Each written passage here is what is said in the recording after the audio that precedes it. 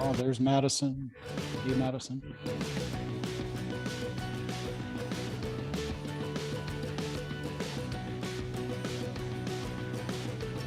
We got Amy joining. Hey, Amy.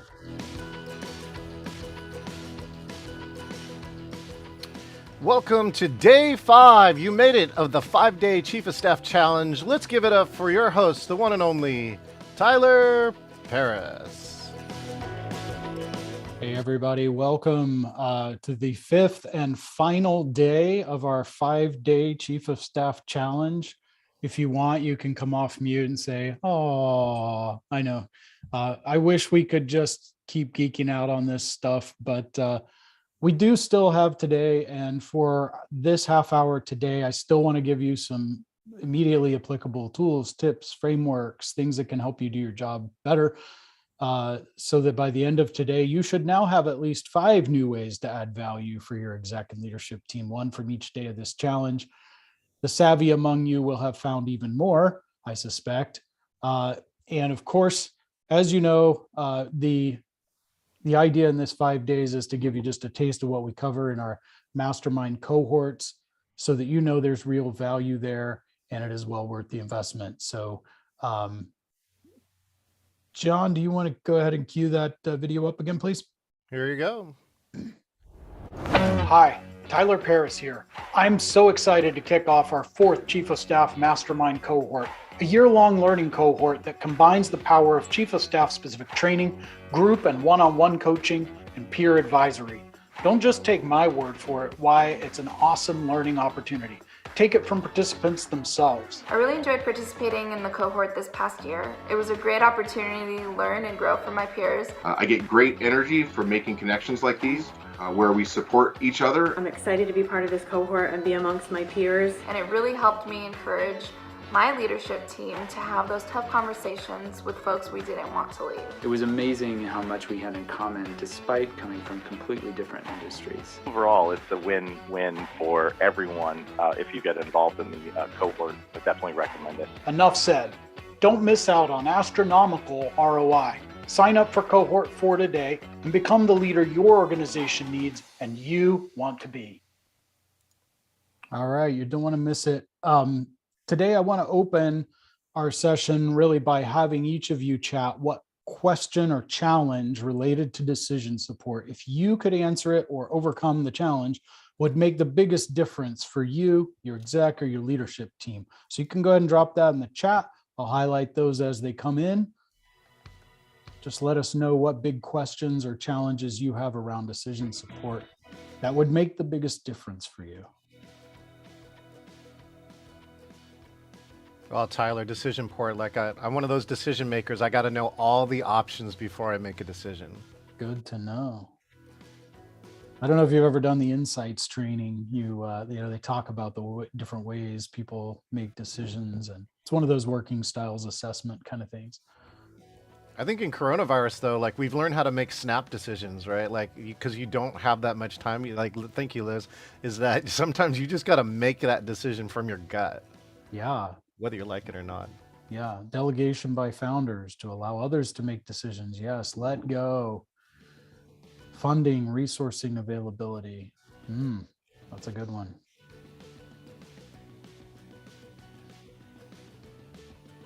No clear decision owner.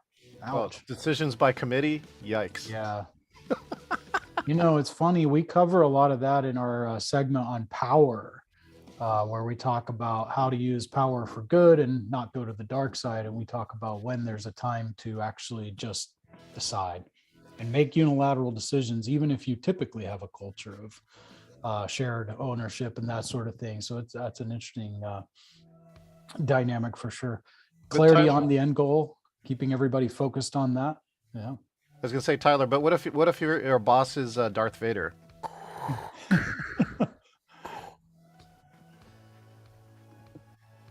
It's probably not funny. Somebody's boss really is Darth Vader. I was gonna say that might be too soon.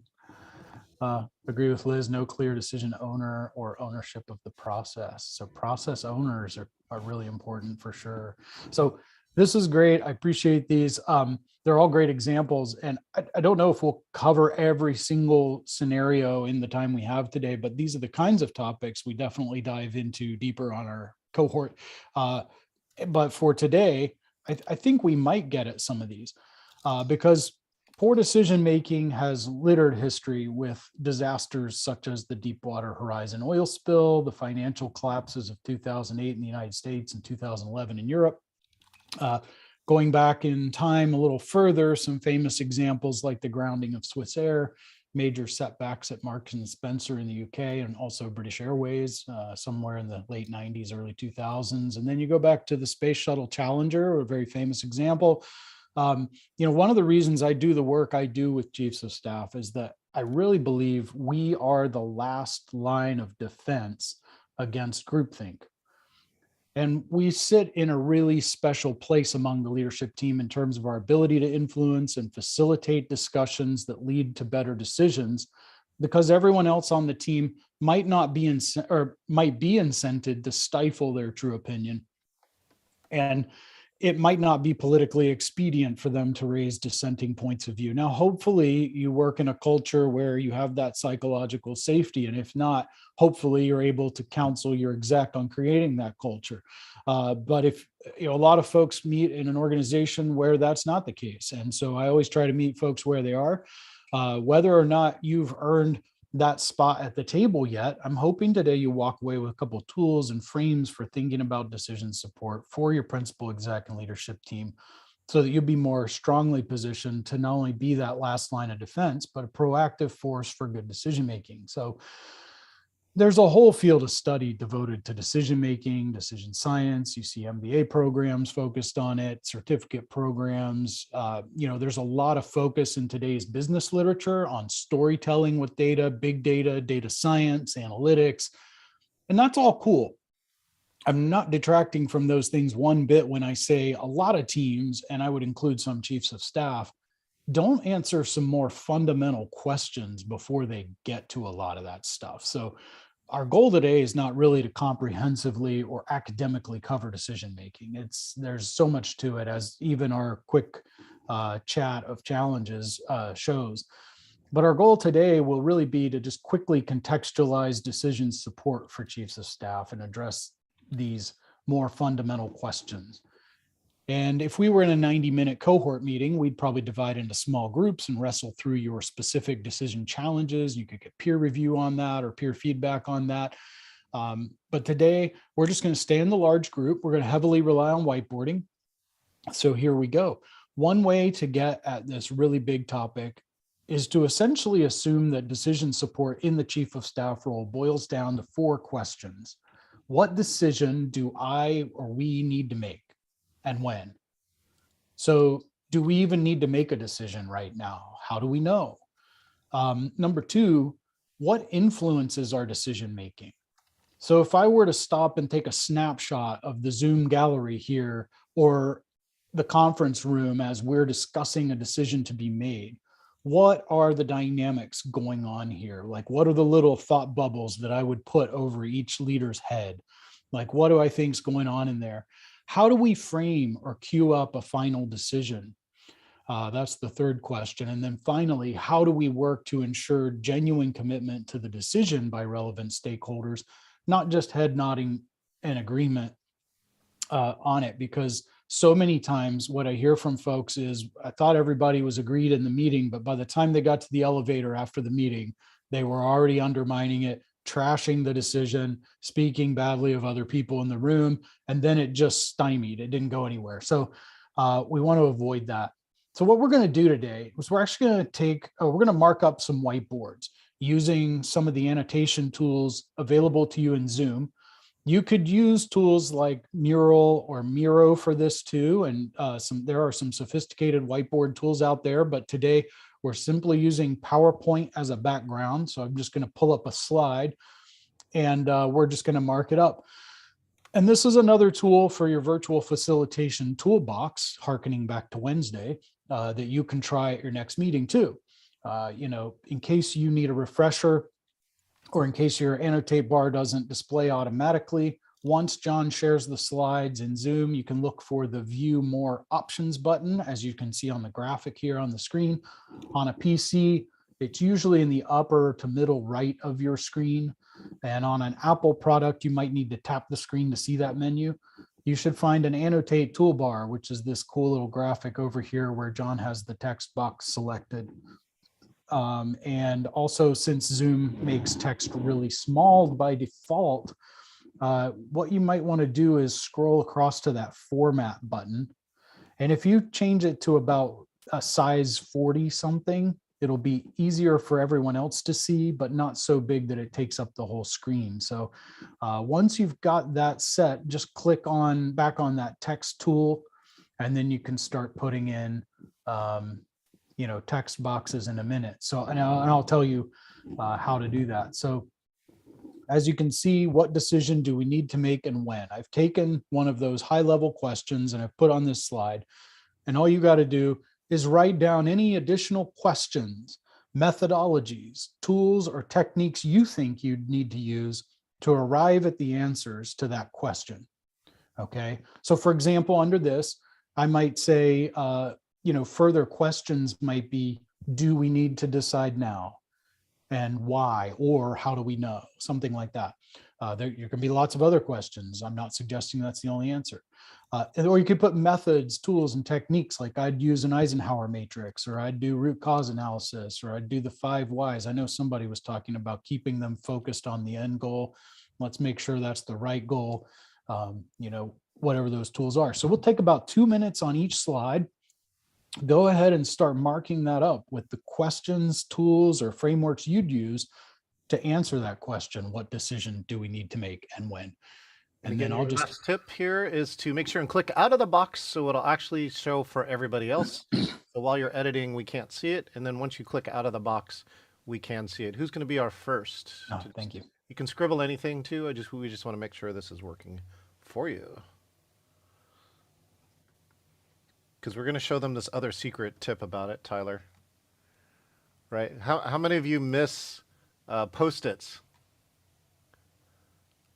Liz says yes. So one of the things you can do is because I'm in control of this board, I can take the text and move it.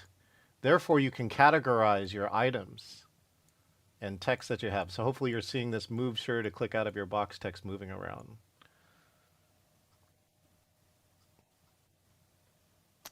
All right, here we go. Let's see.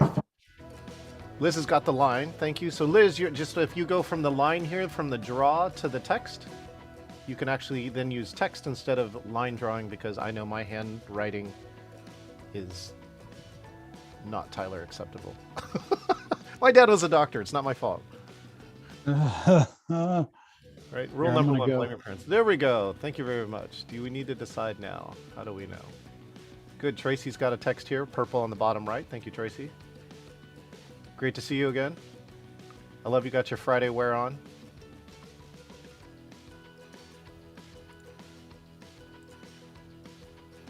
All right. I'm sorry, how do you make the text bigger again? Yes, go see this format here on the toolbar. My mouse is moving around. You click format, pick a color, so you can be you, and then pick a font size. We suggest 36 today. Got it. Thank you. Of course. Training you with new Chief of Staff skills.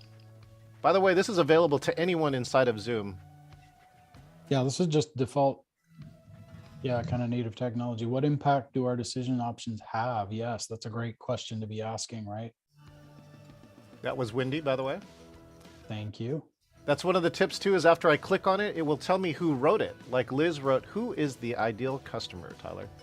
Perfect. I love that. 30 seconds. Try and get something on the board. If you also, if the board doesn't work for you, feel free to just put it in chat. I'll do it for you, because I'm here for you. Excellent. Doesn't a Chief of Staff need a Chief of Staff, Tyler? Sometimes. Sometimes. Yeah.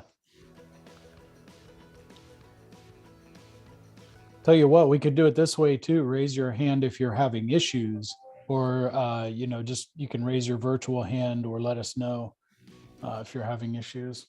Wendy put her first one on here too. Does this align with our strategic goals? Oh, I love it. Liz put, yeah, again, she's moving, who's our ideal customer. Oh, that's cool. You can move it too. I think if Liz wrote it, I think she can move it. Laura just added. Oh, what is the cadence of alignment and debriefing pre and post decision? There we go, Tyler. Yeah, I like that. Jessica just added too.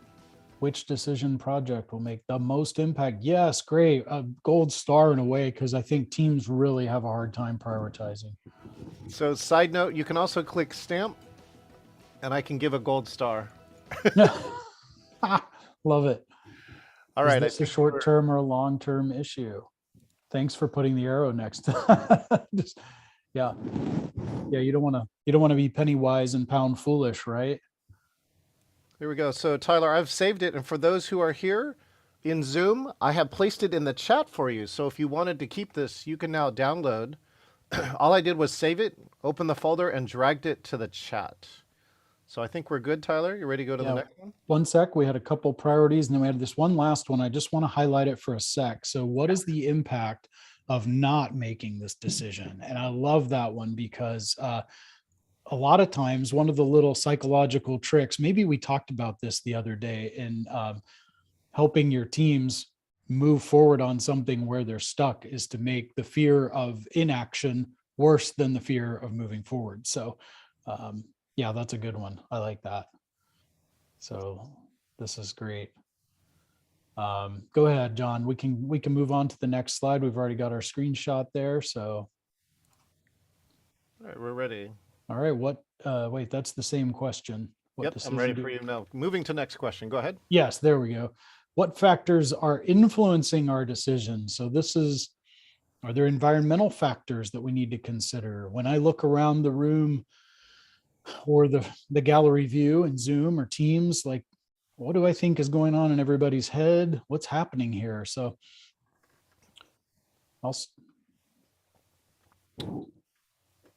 Tyler's going to put one on here too.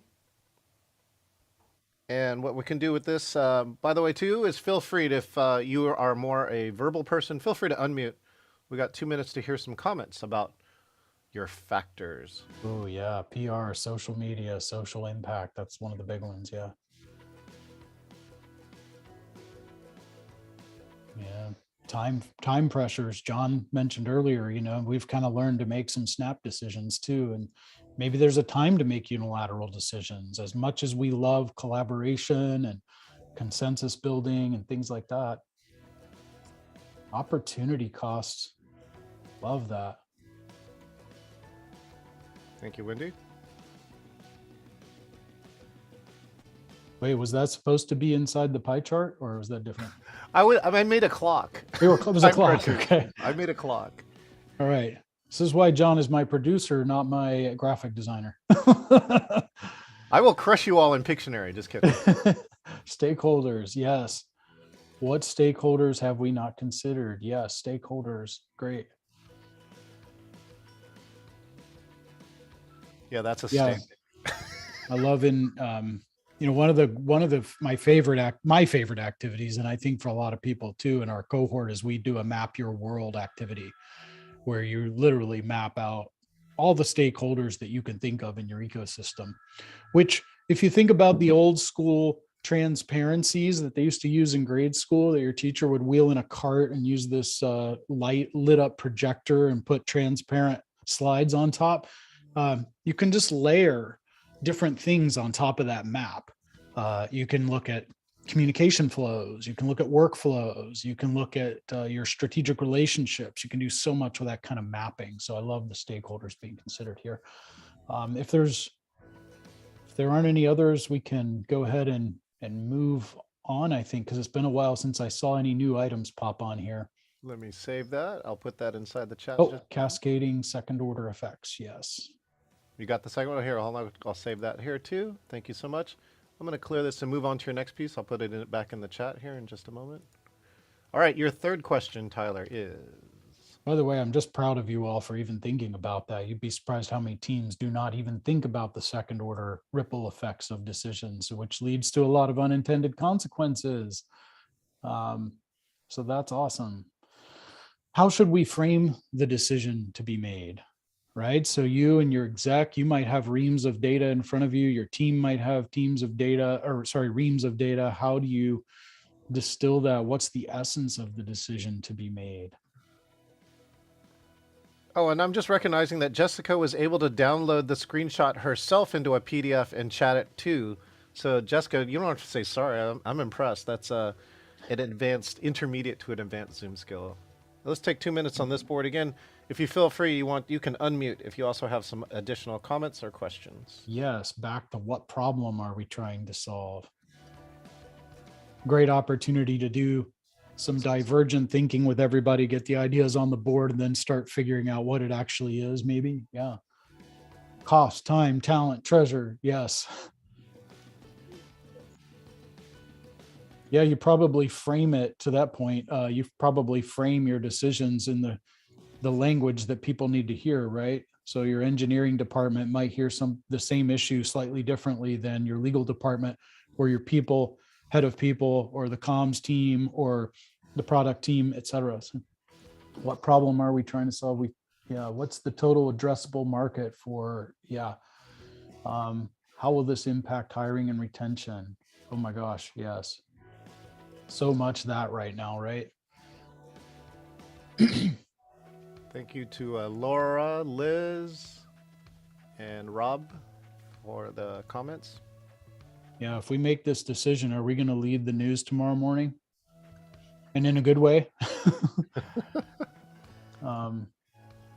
Is this one time or recurring? Yeah, do we need to put workflows in place for this? If this is going to be an ongoing thing, what do we need to do? How does that affect it? Yeah. All very good thoughts.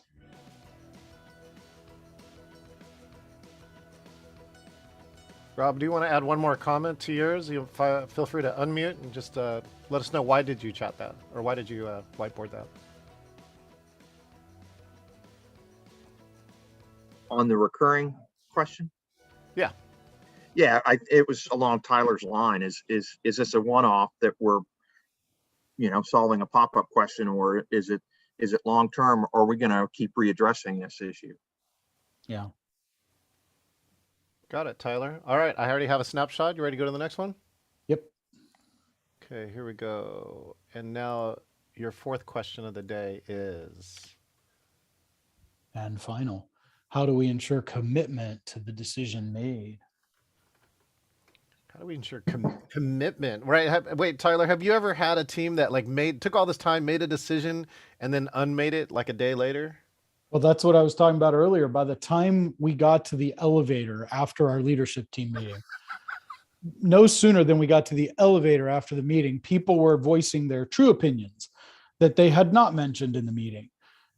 But that's something to be, in all seriousness, that's what I was saying earlier. We are the last line of defense against that, because I think we can represent some of those points of view if we know about them in advance. We can bring them to the table in a way that, if it's not politically expedient for someone else to bring them, they still get on the table, but maybe that person doesn't have to stick their neck out. We kind of become their heat shield, so to speak. And so it may help give that safety for people to have a way to get their voices known. What are the next steps? Who owns them? I'm a big fan of whiteboarding, just like we're doing here too, by the way. So I'm gonna drop that in here. I'm just gonna say whiteboarding and what I'll call artifacts. Tyler, what I was thinking about what you're talking about, though, I joked that you said, accountability buddy, but I can tell you that a recent phenomenon in the last 2 years, because of so much virtual, is that I've heard multiple leadership teams, when something controversial comes up, you'll see everyone pick up their phone or reach over to their computer. They're private chatting somebody else, but they're not voicing the concern to the senior leadership team, which means that people don't really solve any problems. Yeah, that's a big one. That is a big one. Liz, have you seen anything like that? Do you unmute or share it? I don't know if you've shared any other even outside of your company experiences.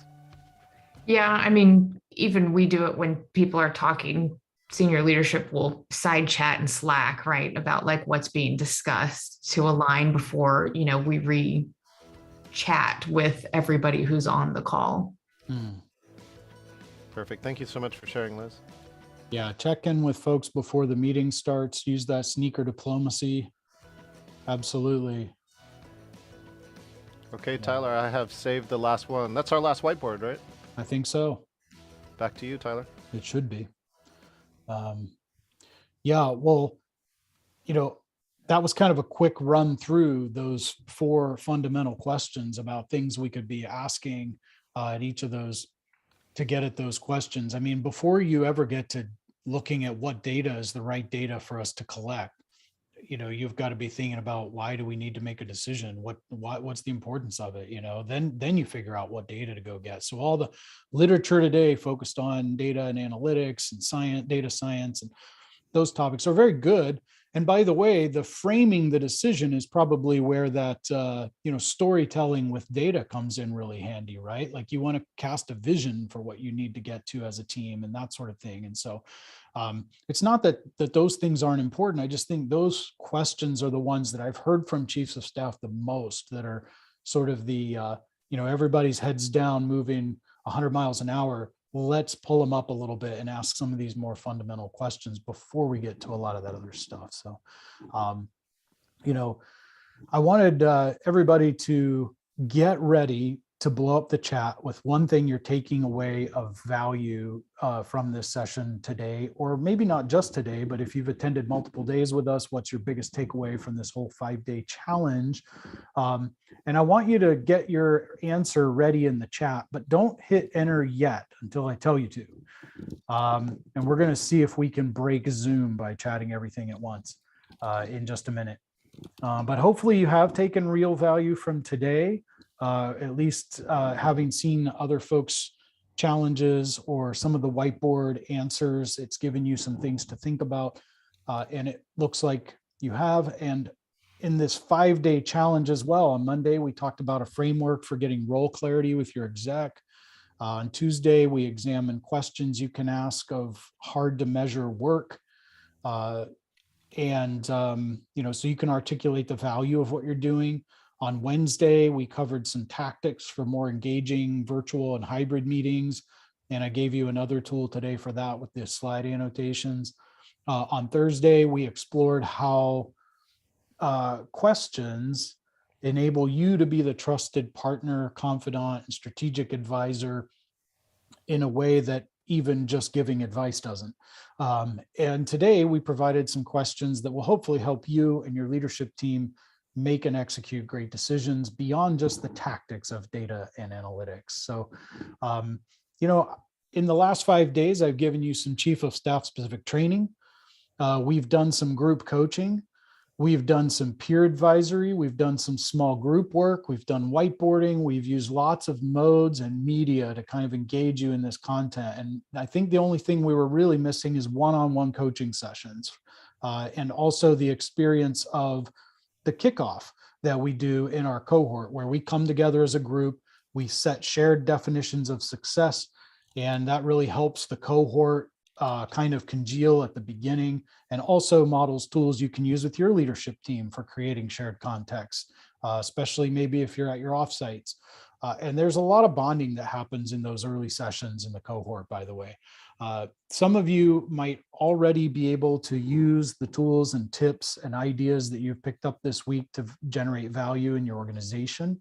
For some of you, that would be more than the cost of entry to the cohort. But if you're getting value out of these topics, we dive a lot deeper on these topics and others in our cohort. So we cover a lot of common challenges like rhythm of the business and getting alignment, both vertical alignment from top to bottom and across organizations, that horizontal alignment. We talk about meeting management and facilitative leadership. We talk about performance and accountability issues. We talk about conflict management and other team dynamics. We cover power, influence, and authority. We also cover timely topics and unfolding realities that come up, like adapting to a pandemic, where there might be or there might not be lots of articles or business literature or classes to help you navigate that situation. So we just brain share. What are we doing? How are you surviving? What are you doing? How are you adjusting and adapting? Or where there's so much literature that you might need someone to help curate it and cut through the BS to get you what you really need to know, like we did with the engagement retention during the Great Resignation, even earlier this week. So, okay, let's blow up the chat with what you're taking away from this 5-day challenge. 1, 2, 3, go ahead and hit enter. And we're going to start reading those. Yeah, the value mapping, proactive force for decision-making. Loved the Zoom annotate, didn't know about that. Value stream mapping too. Okay, good. There's a bunch of us just trying to figure out this role. Exactly. You're not alone, right? That's the whole point of this gathering, this community, is you're not alone. So yeah, the ambiguity is not unique to you. No. Yeah, that's good. Getting clarity, unique ways to engage in virtual meetings. Excellent, excellent. And I think I saw John put this in the chat, but a little something to sweeten the deal if you want. You've already committed some of your time to this in the 5-day challenge, and to show my appreciation for that as a participation of this challenge. If you sign up by midnight Pacific on the 31st of this month, I can extend our early registration rate, which is $700 off the standard registration. I can do that because having a sense of how many people we're going to have early in the cohort helps me plan. So I'm not just throwing away value. It's actually that valuable to me to know who's going to be in and who's out. So if you want to, there's a promo code, 5-day Chief of Staff challenge that John put in the chat there. And if you want to talk more, here's a link for you to find a 15-minute slot on my calendar. I can answer any questions you have. And for those of you joining us by Zoom, I'm going to stick around for just a few more minutes if you have Q&A after this. For everyone else, I look forward to seeing you all at our April Chief of Staff Mixer on the Empowerment Target, and then again on May 3rd at our cohort kickoff. So until then, let me know if I can be your go-to resource, and be well. Thank you, Tyler. You have reached day 5 for the Chief of Staff Challenge. Thank you so much for tuning in. Feel free to chat those links or click on those links to get more information for Tyler Paris, as well as his Cohort 4 coming up this year in 2022. Thank you to all the Chief of Staffs who have attended. Thank you.